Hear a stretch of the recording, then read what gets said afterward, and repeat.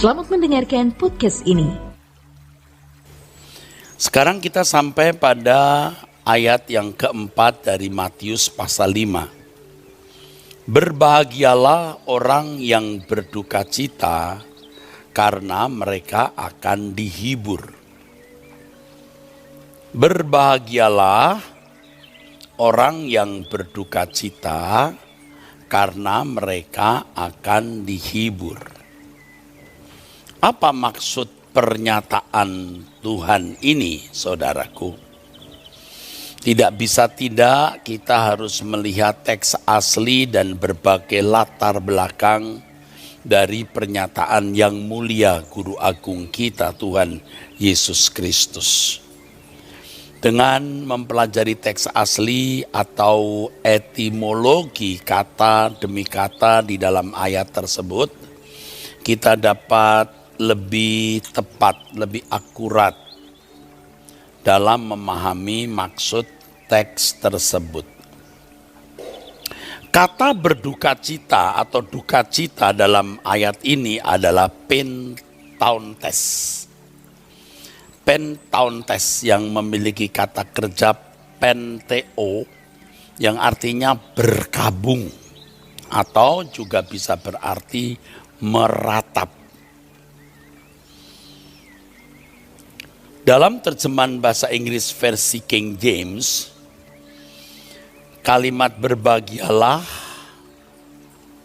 orang yang berduka cita karena mereka akan dihibur diterjemahkan blessed are they that mourn for they shall be comforted. Berbahagialah orang yang meratap, berkabung karena mereka akan dihibur. Dalam bahasa Indonesia menggunakan kata berduka cita. Tidak salah sih saudaraku. Tetapi sebenarnya kata meratap menjadi lebih kuat. Ya. Kita harus mengerti bahwa kehidupan orang percaya bukanlah kehidupan yang ada dalam gelak tawa kegembiraan jiwani seperti anak-anak dunia.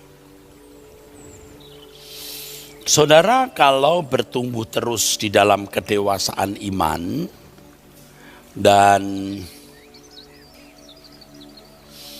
saudara merasakan damai sejahtera Allah dan memiliki kebahagiaan yang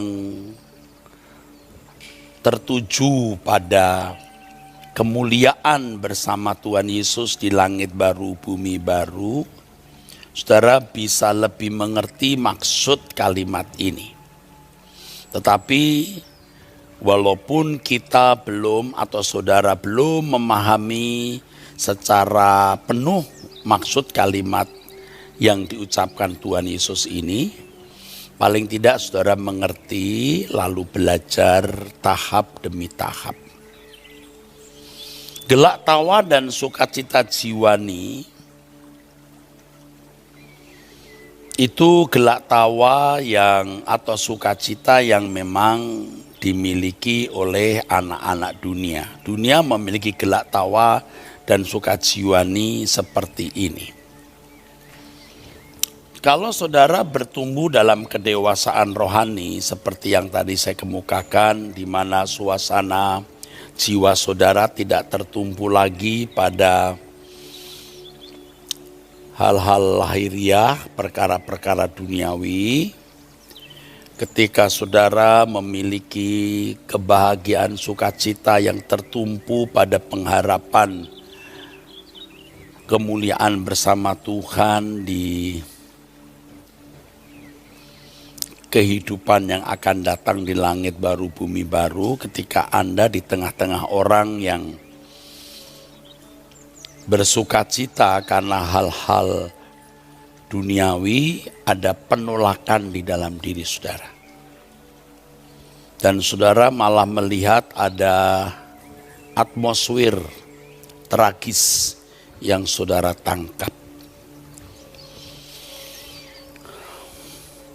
Dalam acara-acara tertentu di suatu pesta, apakah itu pesta ulang tahun, pesta perkawinan, ucapan syukur keberhasilan sebuah karir, saya mencium bau ketragisan di situ, yang saya tidak bisa kemukakan kepada orang. Paling tidak ada bisikan dalam hati saya, semua ini akan berakhir. Beberapa kali saya ada di luar negeri di tempat wisata. Tempat wisata di luar negeri khususnya di negara barat itu diatur, ditata begitu baik saudaraku. Jalannya, kendaraan, transportasi, restoran-restorannya, tempat istirahatnya, waduh bagus sekali saudara. Dan saya melihat orang-orang itu seperti memang haus hiburan, dan mereka kalau datang di tempat wisata itu memang sudah menyediakan diri saudara, sudah menyediakan diri. Nah, beberapa kali saya ada di tengah-tengah suasana seperti itu. Saya merasakan perasaan tragis. Apakah orang-orang ini mengenal kebenaran dan menyadari pengadilan Tuhan? Ya. Tidak saya ucapkan, tetapi ada ketragisan di dalam hati, ada suasana tragis, aroma tragis yang saya cium, ya saya rasakan saudaraku. Dunia memiliki gelak tawa dan sukacita jiwani. Tentunya gelak tawa mereka ada dalam orientasi yang berbeda dengan kita. Sebaliknya juga suasana duka cita mereka juga orientasinya berbeda dengan orang percaya yang mengenal kebenaran. Di dalam ayat ini kita melihat satu duka cita, ratapan, perkabungan yang mendatangkan keuntungan. Orang-orang yang tidak mengerti duka cita jenis ini pasti hanyut dalam gelak tawa dunia atau kesenangan dunia. Kalaupun belum memiliki, pasti haus, pasti memburu mencari kesenangan dunia untuk bisa menikmati gelak tawa dan kebahagiaannya. Dalam Injil Lukas pasal 6 ayat 25, Tuhan Yesus berkata, celakalah kamu yang sekarang ini kenyang karena kamu akan lapar, celakalah kamu yang sekarang ini tertawa karena kamu akan berduka cita dan menangis. Tentu yang dimaksud Tuhan dengan gelak tawa atau tertawa di sini, ya saudaraku, gelak tawa secara duniawi. Jadi kalau Tuhan berkata tentang duka cita, lalu Tuhan berkatakan akan memberikan penghiburan, duka cita di sini bukan duka cita yang dikenal oleh dunia. Dan penghiburan yang dimaksud di Matius 5 ayat 4 ini juga penghiburan yang tidak dikenal oleh dunia. Sama sekali dunia tidak mengenal. Jadi kawasan kehidupan anak-anak dunia ini berbeda dengan kawasan kehidupan anak-anak Allah yang mengenal kebenaran. Ya karenanya kita akan belajar kebenaran ini supaya kita masuk kawasan kehidupan anak-anak Allah dengan duka cita yang menurut kehendak Allah, yang nantinya juga mendapatkan penghiburan dari Allah. Saudara, berbahagialah orang yang berduka cita. Demikian pernyataan yang mulia Tuhan kita, Yesus Kristus. Kalimat ini aneh, janggal, suatu yang bertentangan atau bisa paradoks yang membingungkan. Duka cita itu adalah perasaan atau suasana hidup yang dijauhi oleh manusia. Dan itu tidak perlu dipersoalkan lagi karena memang begitulah adanya. Perasaan dan suasana duka cita itu dijauhi oleh manusia. Tetapi di sini Tuhan Yesus memperkenalkan suatu duka cita yang menguntungkan. Karena akan mendatangkan penghiburan. Jadi tidak ada penghiburan tanpa duka cita itu. Nah, oleh sebab itu kita tidak boleh salah mengartikan duka cita di sini.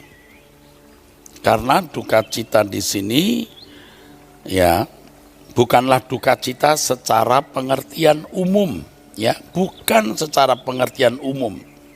Dan tentu juga penghiburan yang dimaksud Tuhan Yesus di Matius 5 ayat 4 itu juga bukan penghiburan dalam pengertian umum.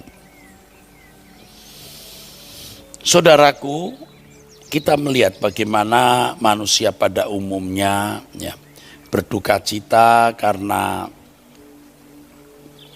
lemahnya ekonomi, karena gagalnya karir, gagal berumah tangga atau belum memiliki teman hidup, yang sudah punya teman hidup belum memiliki keturunan, jadi merasa tidak lengkap, dan perasaan tidak lengkap itu membuat dirinya merasa tidak utuh hidup, ada duka cita.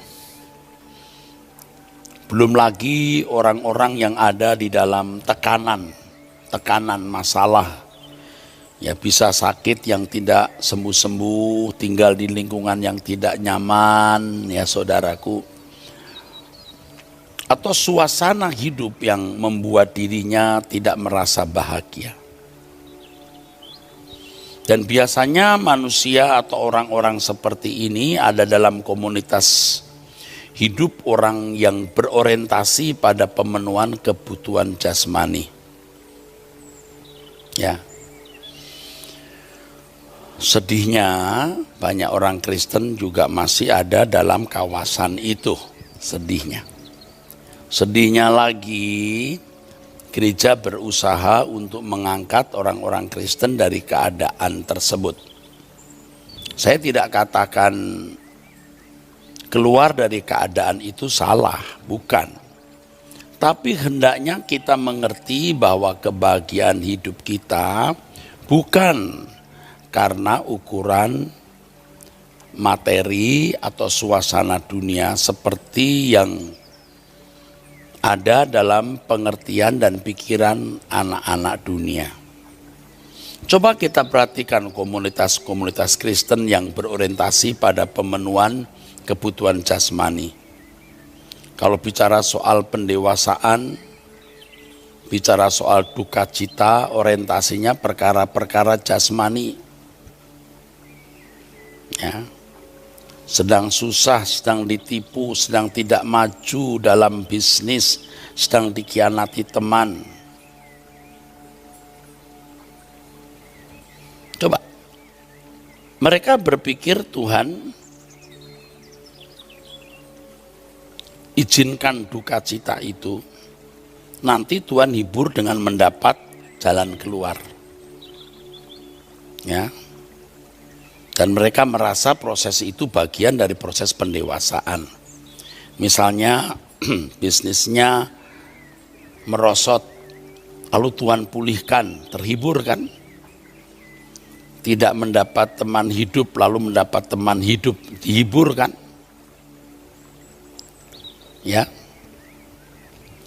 karirnya tidak maju-maju lalu dipromosikan naik pangkat, terhibur kan? Nah, orientasinya bisa begitu. Dan mereka menganggap bahwa itu proses pendewasaan. Lewat itu mereka menjadi dewasa. Ini salah sekali. Ini masih duka cita dan penghiburan di kawasan yang berkaitan dengan pemenuhan kebutuhan jasmani, saudara. Makanya tidak heran kalau pengertian Allah bekerja dalam segala hal mendatangkan kebaikan. Kata kebaikan di situ dipahami secara tidak tepat. Dan dulu waktu saya masih muda juga memahaminya tidak tepat. Ya, supaya tidak salah pilih jodoh, maka Allah izinkan suatu keadaan terjadi. Supaya nanti tidak mendapatkan kecelakaan, maka Tuhan mengizinkan suatu kejadian. Allah mendatangkan kebaikan. Seperti ilustrasi yang dulu pernah saya kemukakan, saudaraku, seorang wanita yang terlambat mengejar bus. Ya, padahal hari sudah malam. Lalu kemudian ia menumpang sebuah truk yang membawa ayam. Ya, dia duduk di antara kenek dan sopir yang bau keringatnya menusuk dan bau ayam juga masuk ke ruangan sopir itu. Tapi itu mendatangkan kebaikan. Ternyata bus yang dia tidak tumpangi jatuh di jurang. Wah, bagus sekali itu, mendatangkan kebaikan. Tapi sebenarnya kebaikan yang dimaksud Alkitab tidak begitu. Tidak hanya begitu, bisa begitu. Tapi intinya kebaikan yang dimaksud Alkitab itu menyangkut kekekalan. Keserupaan dengan Yesus dan penyempurnaan. Ini paralel, saudara. Duka cita karena terlambat menikah, wah ternyata dapat jodoh yang lebih baik. Coba kalau seandainya 10 tahun yang lalu dia menikah, wah dia tidak akan mendapatkan jodoh ini. Tuh mendatangkan kebaikan, jadi duka cita selama 10 tahun jadi wanita yang tidak menikah, ya saudara, ternyata itu duka cita yang mendatangkan penghiburan. Ya. Paulus mengatakan satu pernyataan di dalam suratnya. Jadi walaupun aku sudah menyedihkan hatimu dengan suratku, namun aku tidak menyesalkannya. Memang aku pernah menyesalkannya. Aku melihat bahwa surat itu menyedihkan hatimu. Seketika saja lamanya. Namun sekarang aku bersuka cita, bukan karena kamu telah berduka cita, melainkan karena duka citamu. Karena duka citamu membuat kamu bertobat. Nah, ini duka cita yang membawa pertobatan. Kalau duka cita yang hanya menghasilkan jodoh tadi, penghiburannya jodoh, saudaraku ya. Duka cita terlambat naik bus lalu mendatangkan penghiburan tidak jatuh ke jurang. Itu bukan sesuatu yang prinsip sekali walaupun tentu memiliki nilai. Duka cita menurut kehendak Allah. Sehingga kamu tidak sedikit pun dirugikan oleh kami, kata Paulus. Sebab duka cita menurut kehendak Allah menghasilkan pertobatan yang membawa keselamatan dan tidak akan disesalkan. Tapi duka cita yang dari dunia ini menghasilkan kematian. Mendengar kata duka cita saja kita sudah menolak, tidak menyukai dan memandang negatif, saudara. Di sini cara kita memandang hidup harus berubah. Totally harus berubah. Supaya di dalam setiap keadaan kita itu bisa menemukan duka cita ini. Maksudnya apa ini? Setiap keadaan itu akan membongkar keberadaan kita yang tidak sesuai dengan kehendak Allah. Setiap kejadian akan membuat kita menyadari bahwa kita belum seperti yang Allah kehendaki.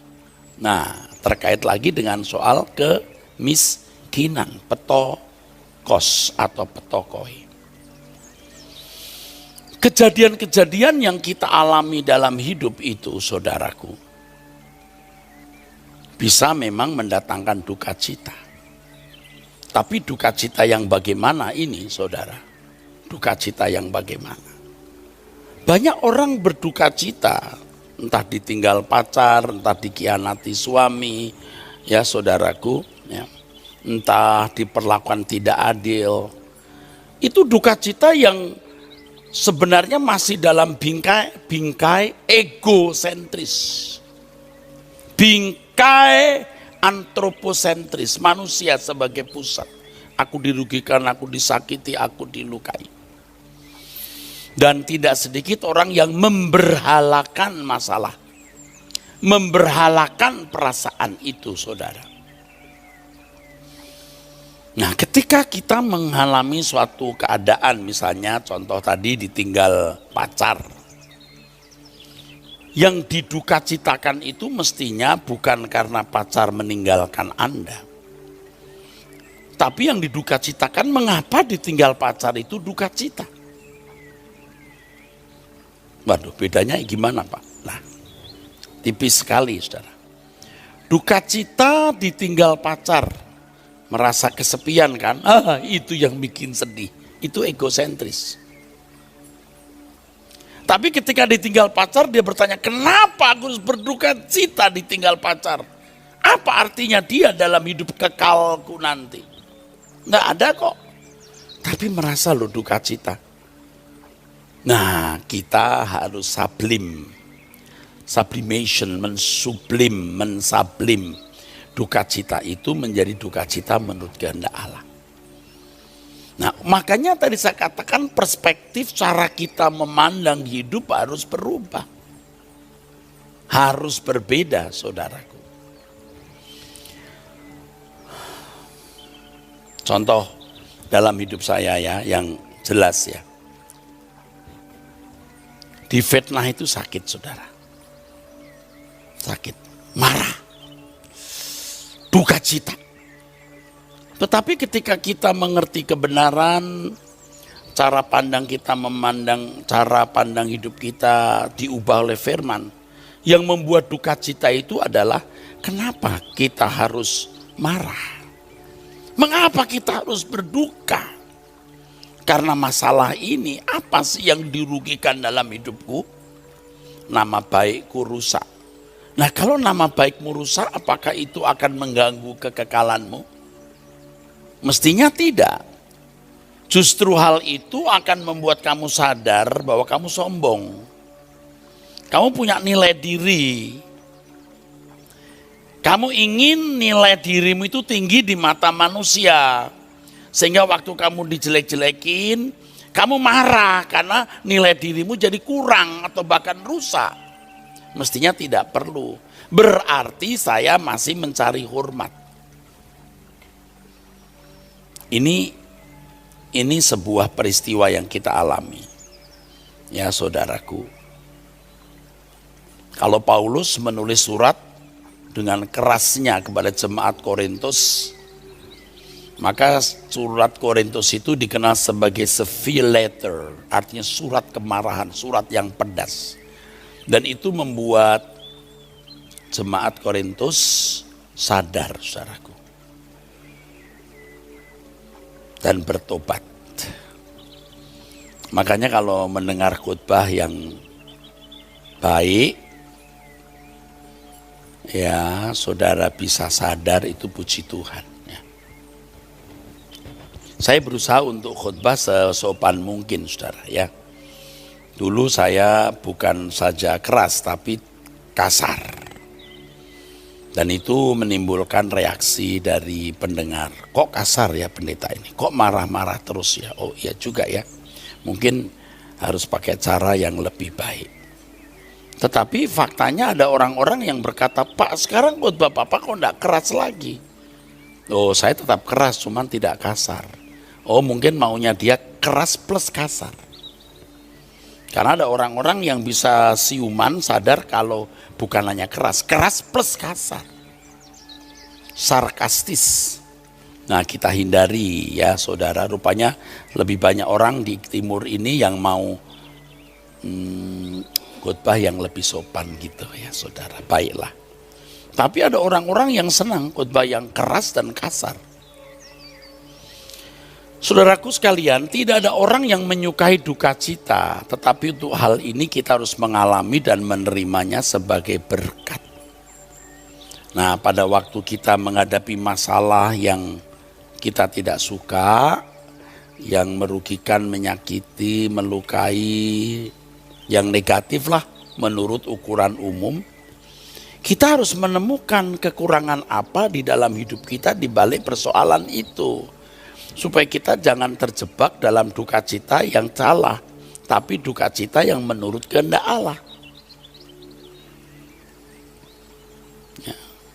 Suatu hari misalnya motor dicuri, lalu yang kehilangan motor jadi kelenger ya saudara, kelenger.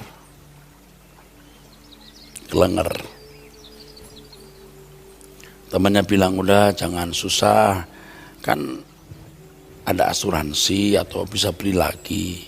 Gitu aja lu kelenger begini. Lalu saudara yang kelenger tadi berkata, gua kelenger bukan karena gua kehilangan motor. Gua kelenger kenapa gua masih susah kehilangan motor. Ini kelengernya yang baik saudara. Ya, kelenger yang baik. Satu kali ketika motornya hilang, 5 tahun lagi atau 4 tahun atau 3 tahun atau 2 tahun atau setahun kemudian motornya hilang lagi. Dia sudah nggak kelenger. Kenapa? Dia juga sudah biasa saja, ya sudah hilang. Kalau seorang ibu datang ke dokter, lalu dokter berkata, Bu, boleh nggak saya berterus terang? Biasanya ibu-ibu atau bapak-bapak bilang, oh jangan Pak. Biasanya enggak. Biasanya, baik Pak, Bapak mesti harus terus terang kepada saya, kata si pasien. Dokter berkata, tapi ini akan membuat ibu bisa syok. Oh enggak apa-apa, enggak apa-apa. Apa? Enggak apa-apa, saya siap Pak, saya siap. Ya, saya harus beritahu supaya ibu juga berjaga-jaga, nih ada anak-anak, biar semua dengar ya. Biasanya penyakit yang diidap oleh orang, dialami oleh orang seperti ini tidak lebih 6 bulan, Bu. Ya, karena ibu ini sudah mendengar suara kebenaran, sudah biasa berkemas-kemas, ibu ini berkata, makasih Dok. Loh, kok ibu nggak syok? Nggak apa-apa, 6 bulan, nggak apa-apa. Kenapa nggak 3 bulan sekalian, Dok? Ya sudah tidak duka cita lagi, tapi coba kalau 4 tahun yang lalu, dia langsung nangis. Atau 10 tahun sebelumnya, langsung pingsan dia. Langsung blek pingsan. Tapi 4 tahun lalu dia nangisnya karena kenapa aku harus takut mati? Sudah mendengar khutbah, kok masih takut saya mati? Nah, itu duka citanya begitu. Duka cita karena melihat kekurangan dan kelemahan dalam dirinya, kemiskinan di dalam dirinya. Kadang-kadang kan kita bisa dibuat marah betul. Tapi yang keluar bukan marah, tapi duka cita. Loh, kamu gak marah? Aduh, gue susah dah. Loh, kenapa? Susah, gue mau marah nih. Loh, kok mau marah kok susah? Ya mestinya saya nggak perlu marah lagi, tapi saya masih mau marah ini. Karena Pak Eras mengajarkan Tuhan bukan hanya mengendaki kita menyelesaikan perbuatan dosa kita, tetapi potensi dosa di dalam diri kita juga harus diselesaikan. Mestinya menghadapi masalah ini saya sudah tidak perlu marah lagi, tapi aku mau marah nih, aku mau meledak ini. Nah itu bagus. Ya Tuhan sering mengizinkan keadaan-keadaan tersebut yang membuat kita menyadari kemiskinan rohani kita. Tapi sekaligus terapi. Dan duka cita itu menjadi terapi. Lalu apa upahnya? Nah, ini luar biasa, penghiburan. Nah, tentu tidak bisa kita bahas hari ini ya, karena ini berseri. Sukacita kita waktu kita di lukai orang, kita mengampuni. Ketika kita kehilangan sesuatu, tidak merasa kehilangan, bahkan kita makin ringan. Ringan. Suatu kali saudara akan mengalami ketika saudara kehilangan sesuatu, ada duka cita sih. Ini barang yang saya senangi, ini nama baik yang saya pertahankan, ada duka cita juga, bisa. Tapi kita tidak lagi tidak memandang itu sebagai duka cita lagi. Kita lebih ringan, saudaraku, terbang tinggi. Sebab ketika kita mengatakan, kau yang kurindukan, kau yang kunantikan, kalau masih banyak yang kita miliki, tidak bisa nyanyi lagu itu. Bohong, saudara. Karena saya yang mengkompos lagu ini, saya menguji diri saya, kamu siap enggak? Kalau saya masih berduka cita untuk hal-hal yang tidak perlu saya berduka cita, masih banyak ikatan berarti. Ya saudaraku, kalau Paulus menulis surat kepada jemaat, sehingga jemaat berduka cita karena teguran Paulus, berarti mereka menyadari kekurangan mereka. Itu prinsipnya, intinya, substansinya, esensi dari duka cita itu karena mereka mengenali keberadaan mereka, mengenali kekurangan mereka, mengenali keadaan mereka yang sesungguhnya di mata Tuhan. Surat kemarahan, surat yang pedas, keras, severe letter, yang membongkar serta menunjukkan dan menegur kebejatan jemaat Korintus, praktek hidup yang tidak berkenan di hadapan Allah. Teguran itu menimbulkan satu respon duka cita yang mendalam, deeply grief, very sad. Duka cita adalah duka cita ketika menyadari bahwa keadaan kita yang sebenarnya di hadapan Tuhan.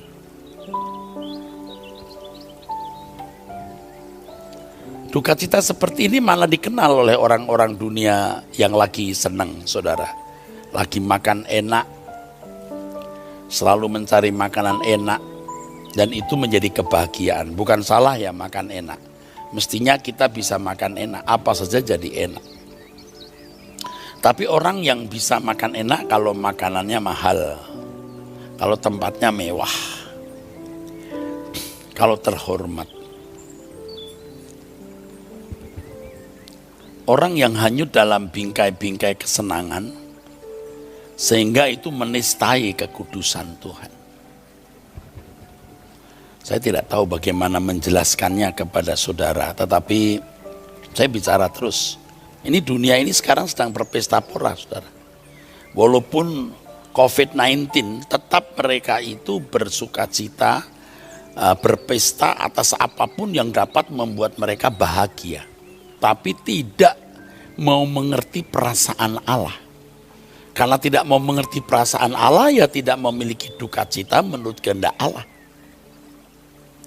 Tidak mengenal duka cita menurut kehendak Allah. Sebab egosentris, yang penting aku senang. Kalaupun dia susah, kesusahan yang bingkainya itu tadi.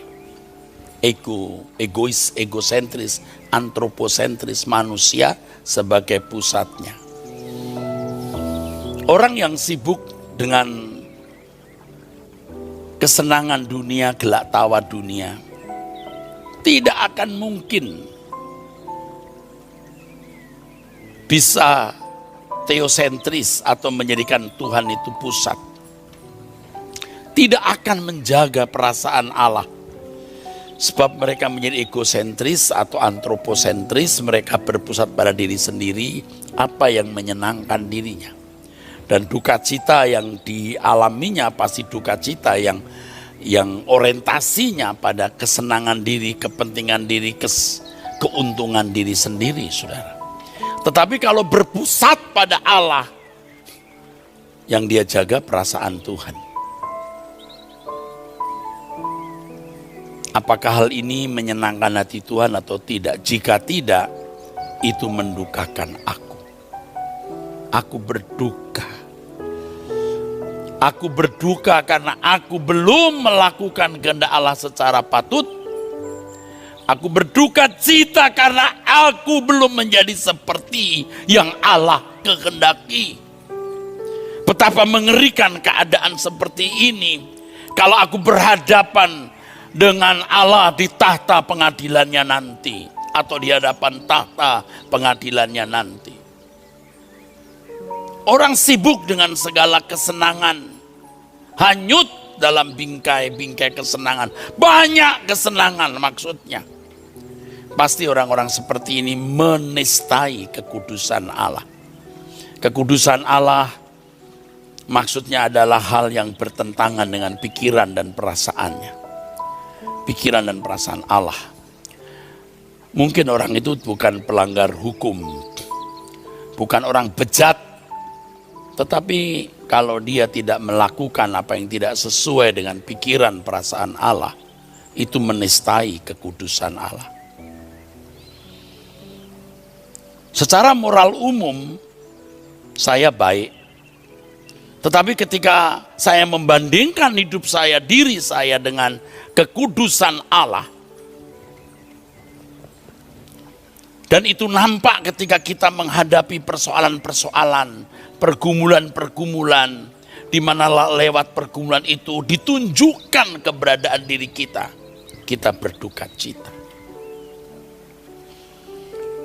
Duka cita menurut kehendak Allah. Sederhananya Bapak Ibu, kalau kita orang tua melihat anak kita salah, lalu anak itu sadar kesalahannya. Ketika anak berkata, "Mami, maafkan Mami, aku melukai Mami. Aku telah berbuat kesalahan yang besar." Maminya senang loh, ada kebahagiaan di hati Mami. Atas kesadaran anak itu ketika dia berduka cita karena melukai hati maminya. Dia lihat dia mami sentris. Kalau anak itu namanya Upi, bukan Upi sentris tapi mami sentris. Tapi kalau Upi sentris dia nggak akan berduka cita. Yang penting Upi senang biar mama tidak senang. Sama hal ini bisa dikenakan dalam kehidupan yang terkait dengan hubungan dengan Tuhan. Waktu orang sudah terbujur kaku, bibir membisu tak berdaya. Coba, mengerikan kan? Pada waktu hidup mana dia ingat bahwa keadaannya itu membawa dirinya kepada kekekalan yang dahsyat. Makanya ketika kita masih ada kesempatan, jangan menolak kebenaran. Saudara ikuti terus Truth ID. Ada Truth TV, saudara bisa mengikutinya ya. TRUTH, Truth Spasi TV. Anda bisa menemukan acara-acara rohani kami, ya khotbah, ya acara untuk anak-anak, untuk remaja, untuk pemuda, saudara-saudaraku sekalian ya.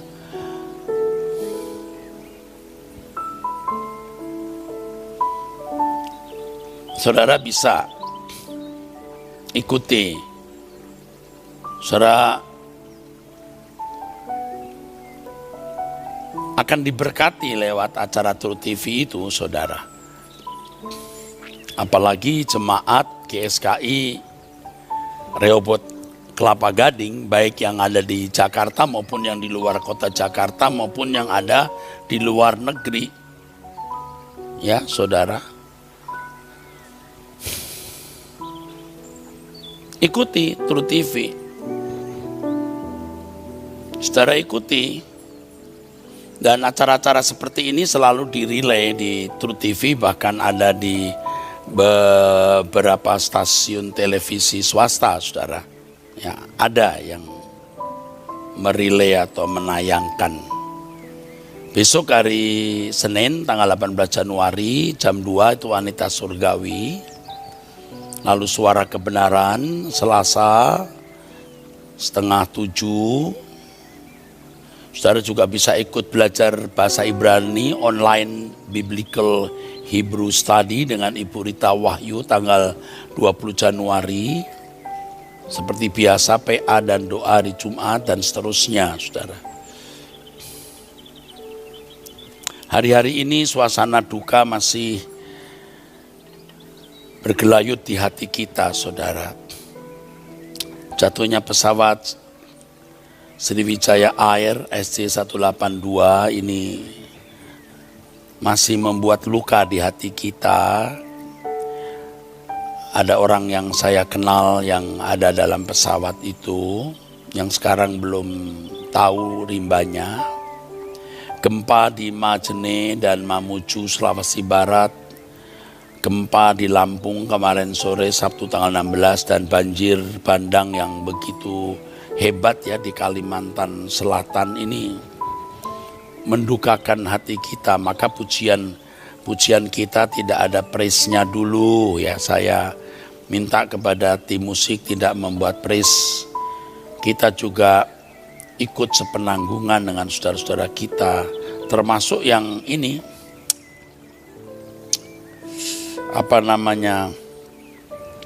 korban COVID, saudara.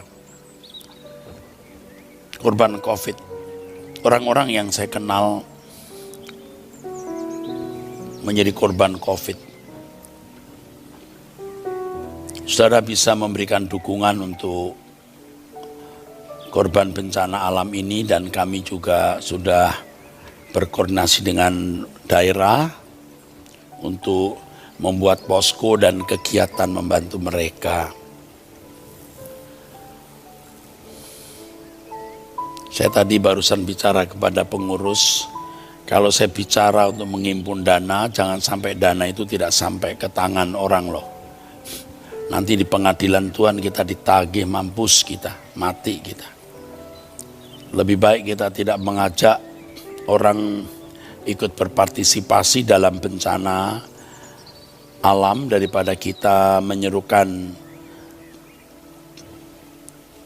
untuk mencari dukungan tetapi ternyata tidak menggunakannya ya. Baik saudaraku sekalian, kebenaran firman yang saya sampaikan ini sudah sangat jelas. Kalau orang masih berorientasi pada kesenangan diri sendiri, tidak akan memiliki duka cita menurut kehendak Allah yang mendatangkan penghiburan dari Allah. Dan orang-orang seperti ini tidak bertumbuh dewasa. Nah, sedihnya banyak orang Kristen yang menarik-narik Tuhan masuk dalam bisnisnya. Masuk dalam persoalannya yang orientasinya hanya pada pemenuhan kebutuhan jasmani. Aku belum menikah Tuhan, aku belum punya anak Tuhan. Aku belum punya rumah pribadi Tuhan. Aku mau jadi pimpinan di perusahaan ini. Aku mau sukses Tuhan. Aku mau jadi kepala daerah di sini Tuhan. Bukan enggak boleh. Lalu ketika gagal menjadi kepala daerah pada waktu pemilihan kepala daerah, dia duka cita. Duka citanya bukan karena mengapa masih berduka cita untuk hal tersebut. Duka citanya karena tidak terpilih jadi kepala daerah. Nah, kalau orang percaya seperti ini kan egosentris namanya, aku sentris saudara. Saudara ngerti nggak yang saya maksud? Tipis sekali duka cita karena masalah itu menurutmu membuat dirimu rugi, atau karena engkau menemukan kekurangan, kelemahan di dalam dirimu yang membuat engkau tidak membahagiakan Tuhan. Pemberitaan firman Tuhan yang membuka pikiran kita, mencerai pikiran kita sehingga kita mengenali kesalahan kita. Dan kita serius memperkarakan, mempersoalkan kekurangan kesalahan kita itu di hadapan Tuhan. Itu duka cita menurut kehendak Allah. Dan saudara harus melatih duka cita seperti itu. Setiap kesalahan sekecil apapun kita akui, kita ratapi. Kenapa aku masih mengucapkan kalimat itu? Yang itu akan melukai orang. Kenapa aku bersikap kasar? Yang itu melukai orang. Saya punya pengalaman pahit yang itu menggores hati saya. Bukan pengalaman saya, sebenarnya pengalaman orang, tapi saya anggap itu pahit. Seorang pendeta yang berkhotbah mic-nya tidak bunyi. Dia banting itu mic-nya, saudara. Lalu dia turun dari mimbar pulang.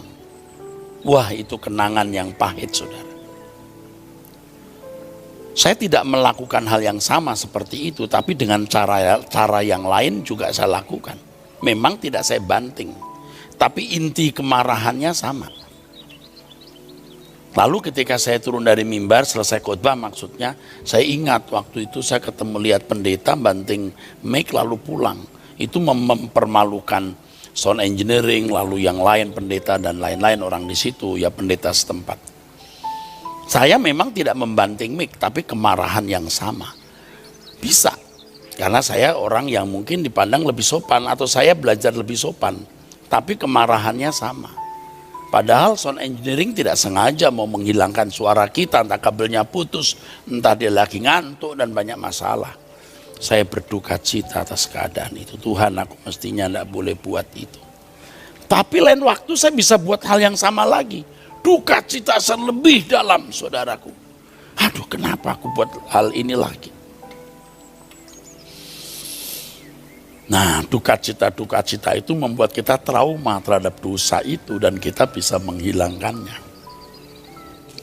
Mungkin bukan dengan memukul pakai tangan kasar.